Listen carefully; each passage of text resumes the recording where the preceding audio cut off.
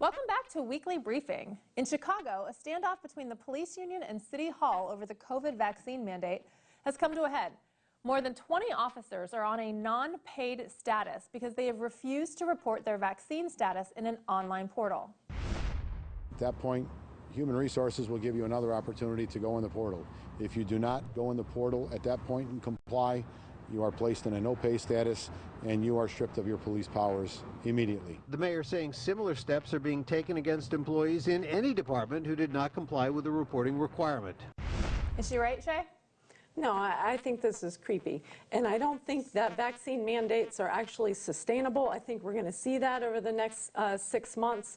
It's a violation of our privacy for one thing, but how is it sustainable when hundreds of thousands of employees, either federal or in corporations, are walking out and are going to be working out? I mean, Southwest is an example of a large company that has backed out of that because it's just not smart.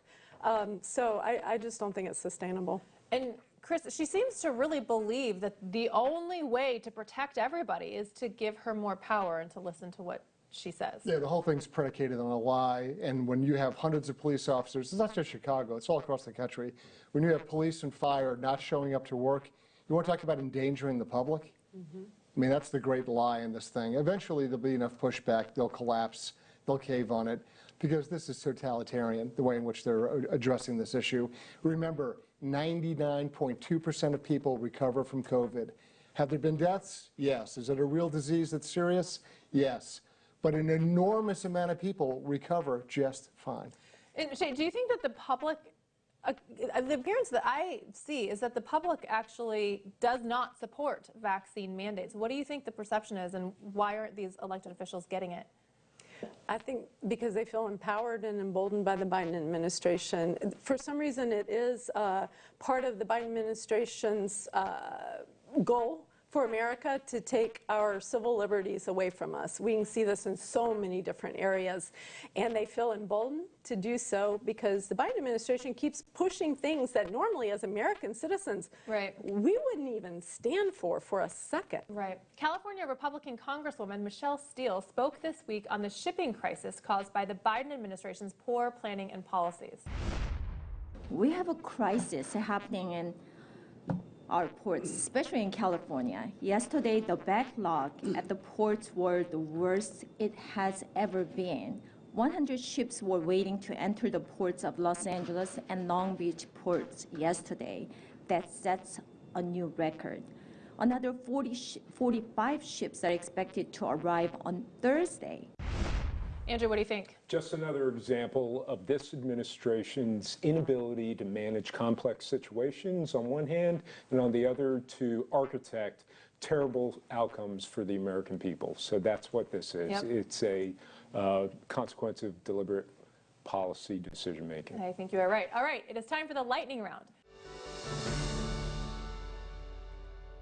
Here we have 3 minutes and give the panelists each 10 seconds to answer and get through as many questions as possible. We will start with Chris.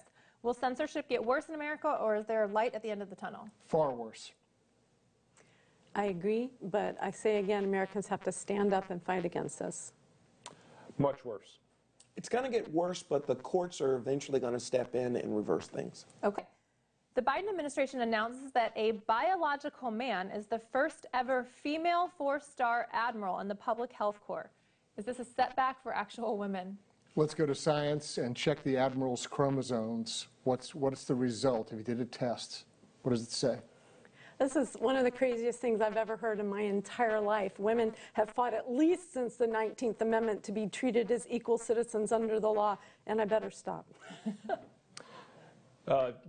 Future citizens will look back at this period in our time and be absolutely dumbfounded as to how we could have accepted this level of absurdity in our national debate. So it's an absolute step backwards.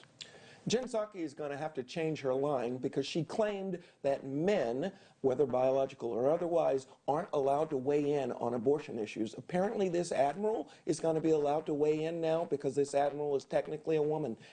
Very interesting. I'd love to see Jen Psaki answer that. I don't think she would like your question. Okay.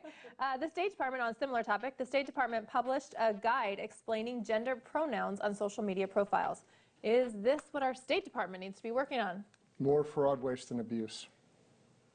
I'm quite frankly ashamed of our State Department.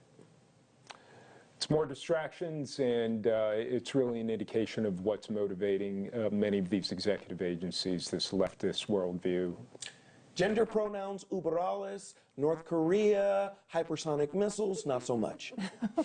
Well, when you say it like that, it sounds stupid. Don't go anywhere. When we come back from the break, we'll cover this week's panel's choice and see which topics they thought were important. We'll be right back.